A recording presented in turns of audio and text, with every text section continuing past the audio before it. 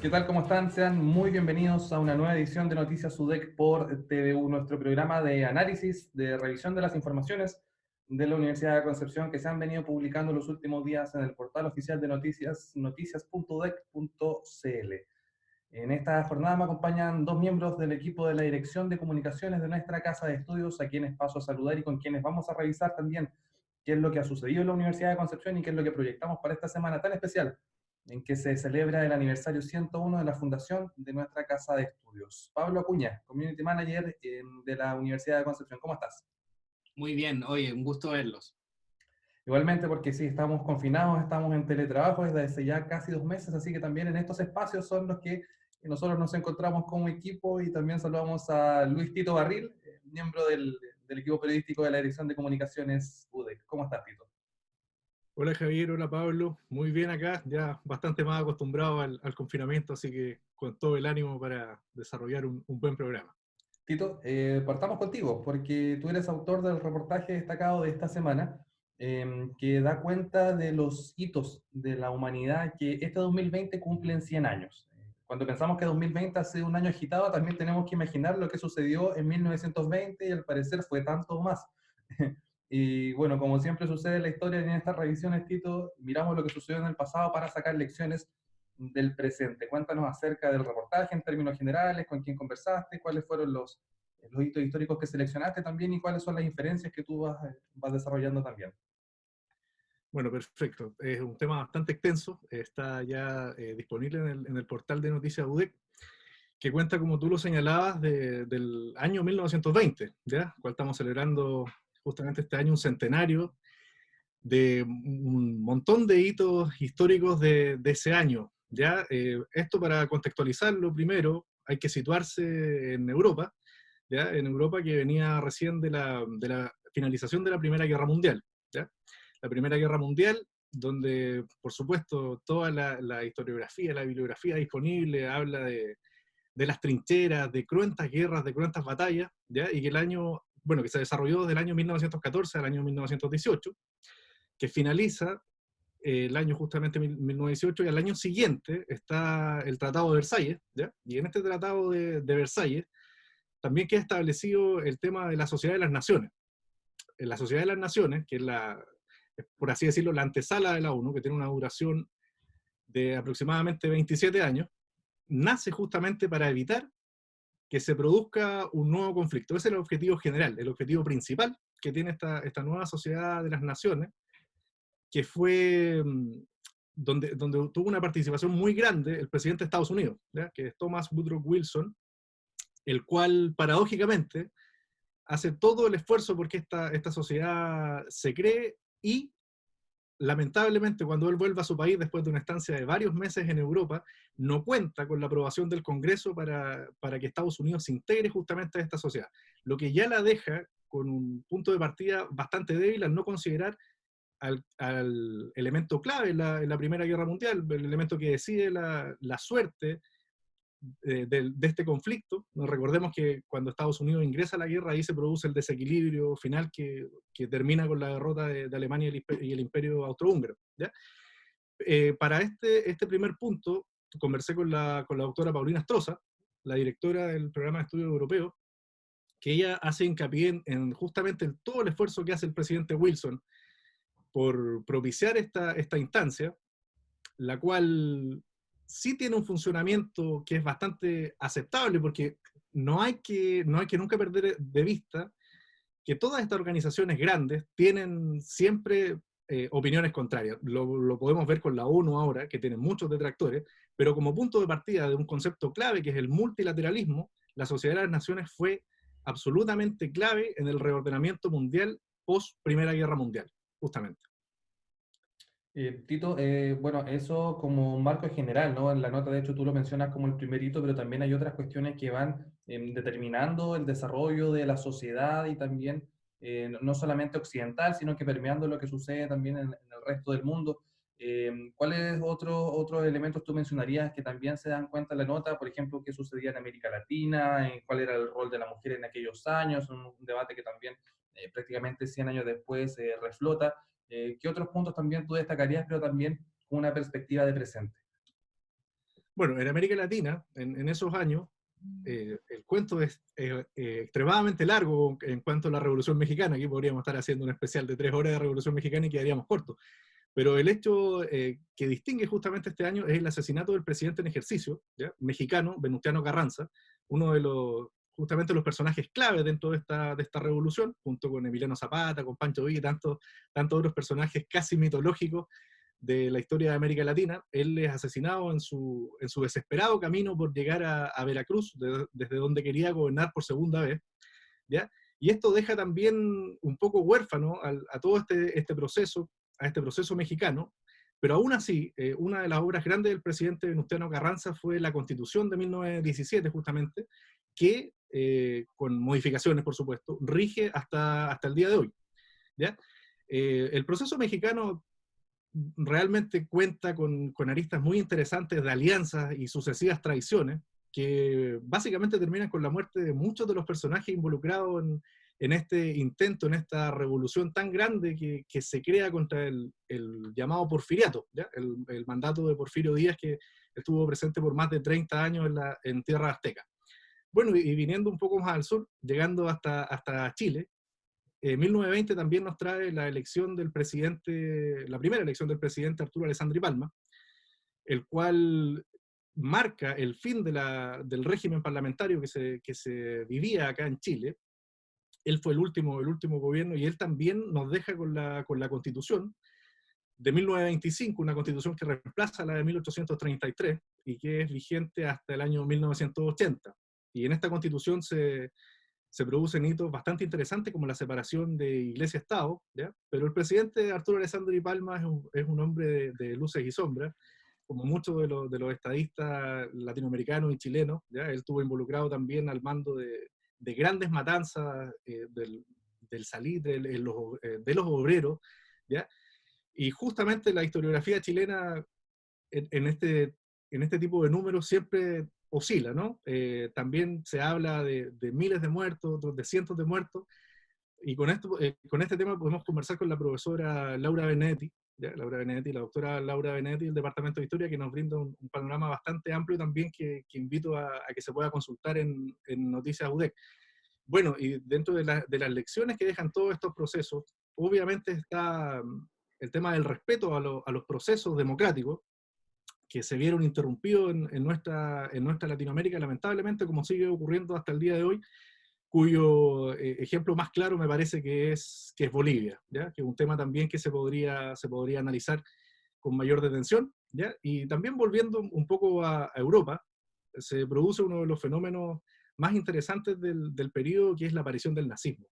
El cambio de nomenclatura del Partido Obrero Alemán, Partido Nacional Socialista Obrero Alemán, con sus 25 puntos, dentro de los cuales tiene postulados que ya todos conocemos, que son bastante antisemitas y anti-inmigración, ¿ya? Y esto justamente atenta contra el primer punto que nosotros teníamos, que era la Sociedad de las Naciones, cuando en Suiza se estaba llevando a cabo la primera asamblea de la Sociedad de las Naciones en Berlín, a menos de 600 kilómetros, perdón, en Múnich, a menos de 600 kilómetros, se estaba realizando todo este cambio que da origen al oficial partido nazi de Alemania, que ya sabemos todos los problemas y todas las muertes, y que justamente es la causa principal de la Segunda Guerra Mundial, de que este proceso se haya desarrollado y que el objetivo principal de la Sociedad de las Naciones haya quedado trunco. Sí. Pablo Acuña, tú tenías un comentario, una pregunta. Sí, de hecho, bueno, en primer lugar, si bien la Liga de las Naciones es un hito importante en lo que es geopolítica y la historia de la geopolítica en el mundo, hay que tener cuidado, creo yo, en caer en lo que últimamente ha cambiado, que es esta casi beatificación de Woodrow Wilson en particular. No hay que olvidar que él creía fervientemente en la segregación racial y también tenía posiciones bastante antisemitas. Entonces, hay que entender que él era una persona de sus tiempos, e incluso para sus tiempos tenía posiciones bastante complejas. Así es. Y eso efectivamente también influencia esta idea de la Liga de las Naciones, la cual es una Liga de las Naciones europea o eurocentrista, por lo menos decirlo. Lo otro es que existe es curioso pensar que las crónicas de la época del 1920 hablan de esta sensación que tenía la gente en ese momento de que el tiempo pasaba muy rápido, que los eventos históricos ocurrían uno tras otro y no había forma de, como de poder digerir, que no es muy distinto a lo que estamos viviendo nosotros hoy en día. Claro, así es. Pues, lo que yo te comentaba anteriormente, las luces y sombras de los mandatarios. Bueno, en esto Wilson con sus luces y sombras también fue un hombre clave dentro de la aprobación del sufragio justamente femenino, del voto femenino en Estados Unidos. Entonces también, como muchos de los personajes de la historia, tiene luces y sombras muy marcadas, con cosas buenas muy destacadas y cosas malas que lo hacen ser un personaje bastante temido también dentro de la historia. Perfecto. Bueno, la invitación está hecha, que se pueda revisar en la sección reportajes de noticias.udec.cl, la nota preparada por Tito Barril, los hitos que marcaron la historia de la humanidad y que este 2020 cumplen 100 años. Tenemos que hacer nosotros una breve pausa, pero la invitación es también a seguir conectados porque vamos a hacer un breve recorrido por la Universidad de Concepción, en la antesala del aniversario 101 de la Casa de Estudios. Usted no se despegue de nuestra sintonía.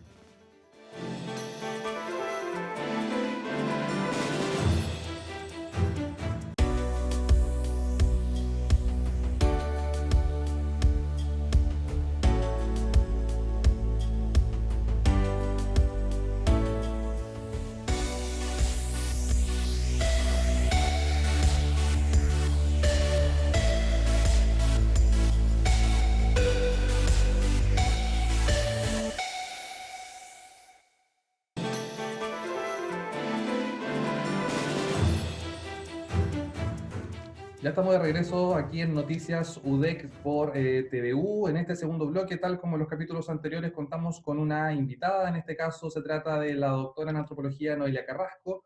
Ella es directora del programa de investigación, ciencia, desarrollo y sociedad en América Latina, CIDESAL UDEC. Noelia, ¿cómo estás?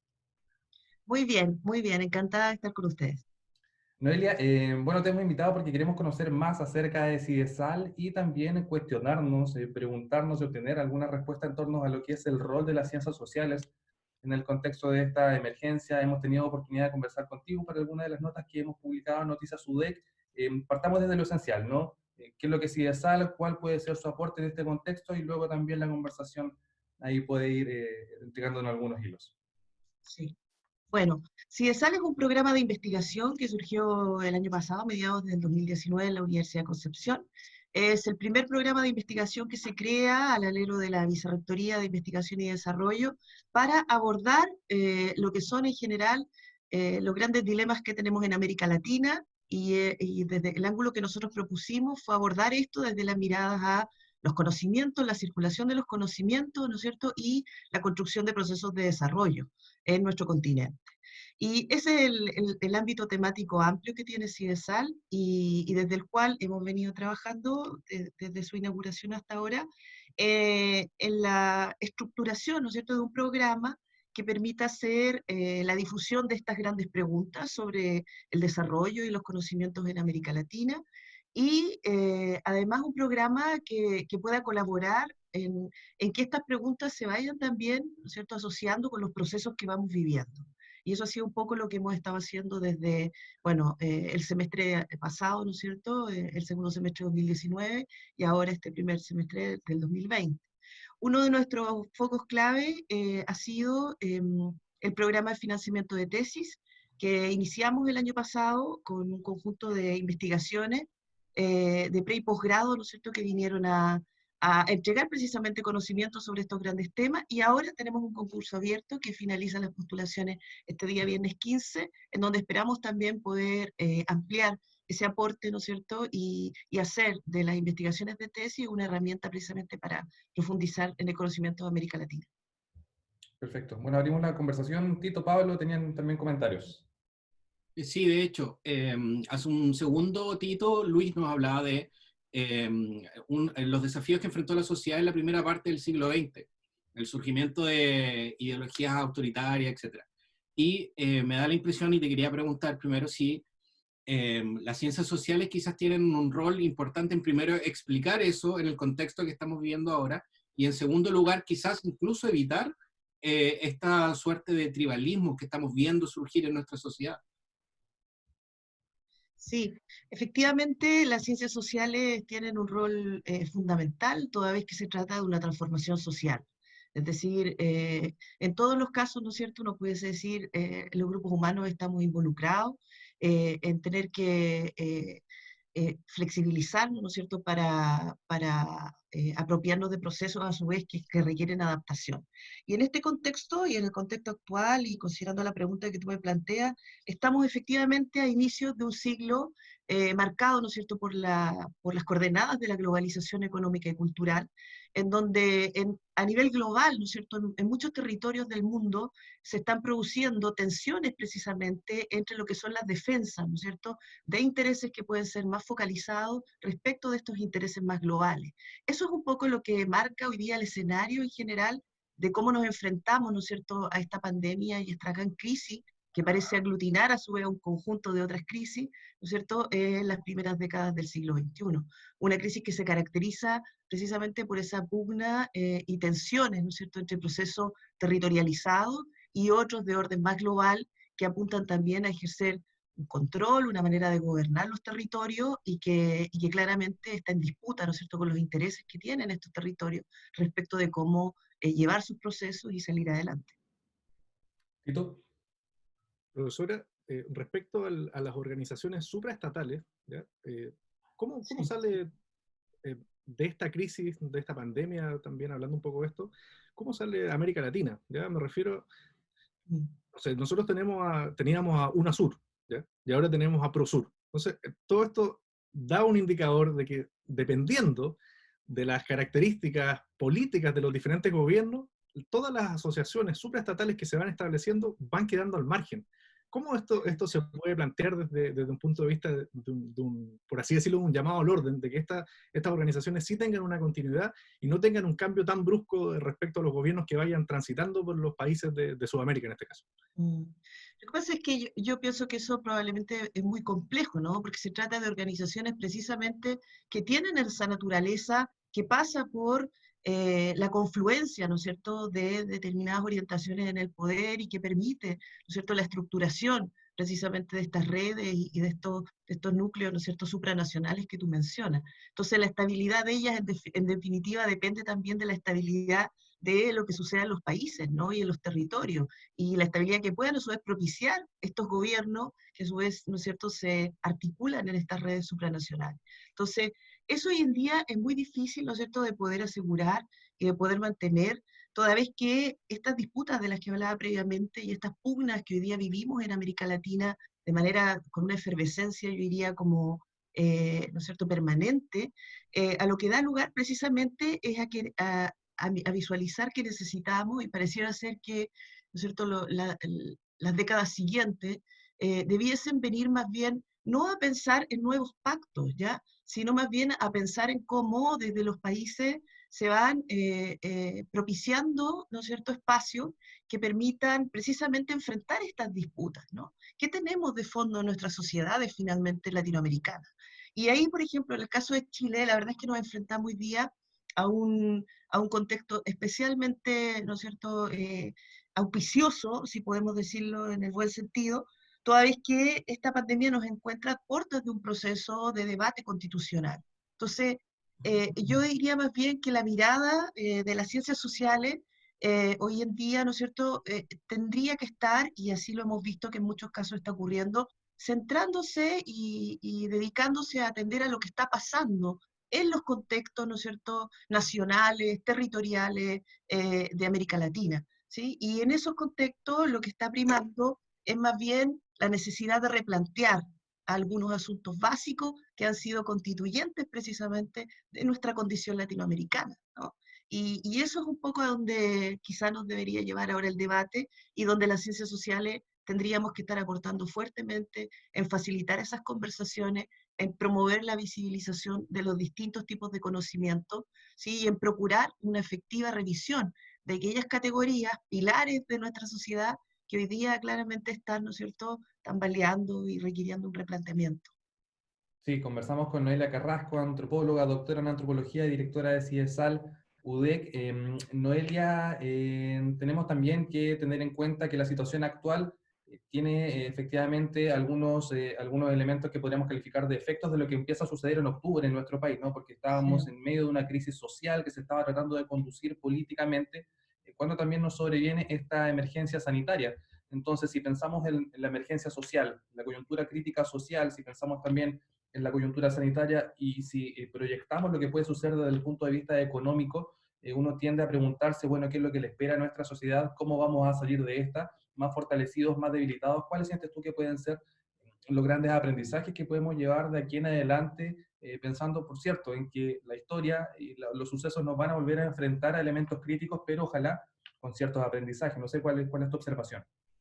Mm, Sí, efectivamente. Estamos viviendo ya en medio, ¿no es cierto? Y quizá iniciando procesos, como decíamos, de adaptación súper gravitantes, ¿no? O sea, estamos transformando nuestras rutinas cotidianas desde el momento en que ya comenzamos a salir a la calle con nuestras caras cubiertas, en que dejamos de tocarnos, ¿sí? En que estamos transformando todas nuestras pautas, en definitiva, de relaciones, ¿no? De interacción física y directa, cara a cara, ¿no? Entonces, esa ya es una exigencia sumamente, como digo, importante de estos tiempos y en la que tenemos que tener sumamente cuidado, porque sabemos que son tiempos además donde comienza a adquirir mucho mayor protagonismo el mundo virtual, el mundo digital, el uso de las tecnologías, pero también sabemos que vivimos en un continente donde las tecnologías no están masificadas y donde tenemos un alto porcentaje de nuestros mundos y de la mayor riqueza de nuestros mundos tradicionales, ¿no es cierto?,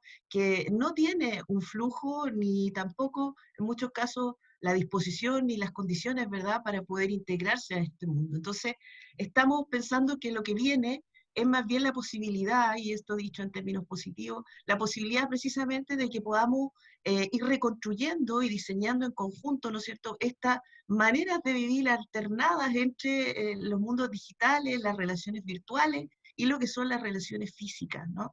Las relaciones de interacción cara a cara, visible. Entonces, en ese proceso, qué nos toca, ¿no? ¿Dónde prestamos atención? Y una de las cosas que nos llama mucho el interés desde el punto de vista de las ciencias sociales es precisamente eso. ¿Qué está pasando en nuestras comunidades locales? ¿Qué está pasando en los mundos rurales? ¿Qué está pasando con los pueblos originarios? ¿De qué manera están los pueblos originarios también codificando y valorando esta pandemia y esta crisis? Y bueno, ¿qué implicancias tiene todo esto, como tú bien decías, para un futuro debate constitucional? Aquí hay cuestiones de fondo que tienen que ver con nuestra estructura de sociedad, con la estructura de distribución de los recursos, con la lógica, ¿no es cierto?, básica de nuestra economía. Y todo eso esperamos que esta crisis nos ha permitido ponerlo sobre la mesa con mucha mayor vigencia, ¿no? Entonces tenemos, como quien diría, una cantidad de contenido mucha mayor para enfrentar un debate mucho más rico también en contexto de nueva constitución, ¿no es cierto? Y de un replanteamiento como sociedad en ese sentido. Perfecto. Bueno, Noelia Carrasco, directora de CIDESAL UDEC, te queremos agradecer por haberte sumado brevemente en este espacio aquí en Noticias UDEC por TVU. Muchas gracias a ustedes. Que estén muy bien. Hasta una próxima. Chao, chao. Chao. Nosotros seguimos aquí en Haciendo Noticias UDEC por TVU porque tenemos que conversar acerca del aniversario de la Universidad de Concepción.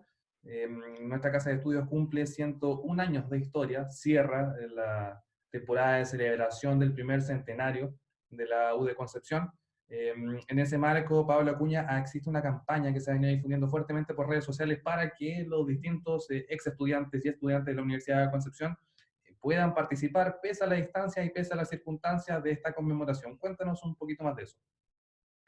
Sí, claro. Bueno, en primer lugar es importante destacar que, como tú bien decías, terminamos la celebración del primer siglo y le damos la bienvenida al nuevo siglo de nuestra universidad, que es un nuevo siglo el cual claramente se ve, como universidad nos vemos enfrentados a nuevos desafíos, a nuevas situaciones, y en ese sentido, bueno, el hashtag bajo el cual como que se reúnen todas las actividades de esta celebración es Nuevo Siglo UDEC. Entonces eso en primer lugar. Efectivamente hay una campaña en la cual le hemos dado mucho énfasis en nuestras redes sociales, en la cual, teniendo en cuenta que en este momento es muy difícil reunirnos como nos reuníamos tradicionalmente, las tradicionales ceremonias en las cuales la universidad celebra o observa su aniversario no se pueden realizar claramente, y de esta forma hay un impulso desde la Dirección de Comunicaciones de abrir esta celebración. Y no solo abrirla como en realizarla en streaming, sino también que nuestra comunidad pueda participar. En este sentido, En la convocatoria que estamos haciendo, y los recursos están en el portal noticiaudec.cl y en nuestras redes sociales, es que pusimos a disposición, tanto en SoundCloud como en YouTube, el audio del himno del campanil, el que suena a las 12, no sé si lo han escuchado. Y es como es un hito tradicional de la vida del campus. Uno está en el campus, escucha el campanil, etc. Y bueno, nosotros no hemos podido reunirnos en el campanil, entonces primero quisimos darle eso a las personas, darles la posibilidad de poder tener eso en sus casas, y la invitación es a el jueves 14, que es el día del aniversario, al mediodía, es grabar un audio, o sea, grabar de donde estén, con el audio del campanil, y básicamente llevar el campus hacia donde estén en este momento, que deben ser sus casas o sus hogares o donde estén, pasando este periodo de confinamiento y distanciamiento social. Y por favor subirlo a las redes sociales. La idea es que ampliemos esta celebración, que generalmente es céntrica a nuestra universidad, y podamos llevarla no solo a la ciudad de Concepción o a Los Ángeles y Chillán, donde hay campus de la universidad, sino al resto del país y del planeta también. Sí, Pablo, y cuéntanos, porque yo entiendo que ya han sido recibidos algunos videos de ex estudiantes, de personas que llevan a la Universidad de Concepción en la piel desde Europa, de distintos lugares del mundo. Bueno, eso da cuenta también de que existe una profunda identificación con la Universidad de Concepción, más allá de la distancia, más allá de las circunstancias. A todos nos toca cuando nuestra casa de estudios cumple un año más de vida. Bueno, efectivamente, nosotros ya hemos recibido videos de Suecia y no recuerdo bien el país, pero distintos países europeos. Y además de videos de aquí, de la misma ciudad, lo que efectivamente habla de un compromiso importante que hay con nuestra comunidad, la comunidad alumni, hacia su universidad, incluso ya egresado. Efectivamente, los videos los pueden ver también en nuestras redes sociales, UD Concepción, y en el portal noticiaudec.cl, y también da un ejemplo de qué clase de videos ustedes pueden hacer como comunidad. También esto es una invitación a la creatividad de las personas que quieran participar de esto. El formato del cual es con el campanil es un formato base. Desde ahí en adelante, por favor, la invitación es hacia expresarse de la forma más lúdica posible. Esto es observamos una fecha importante para nuestra universidad, y la invitación es a participar con libertad. Perfecto, bueno, nos quedamos entonces con ese mensaje. Pablo Acuña, Community Manager de la Universidad de Concepción, te queremos agradecer por habernos acompañado en Noticias UDEC por TVU. No, muchas gracias y un gusto verlos nuevamente. Y a Tito Barril también, agradecido por tu presencia, por tu clarificación y por tu aporte en el primer bloque. Vamos a seguir atentos a los hitos de la humanidad que tenemos que recordar, por los cuales ir sacando también lecciones.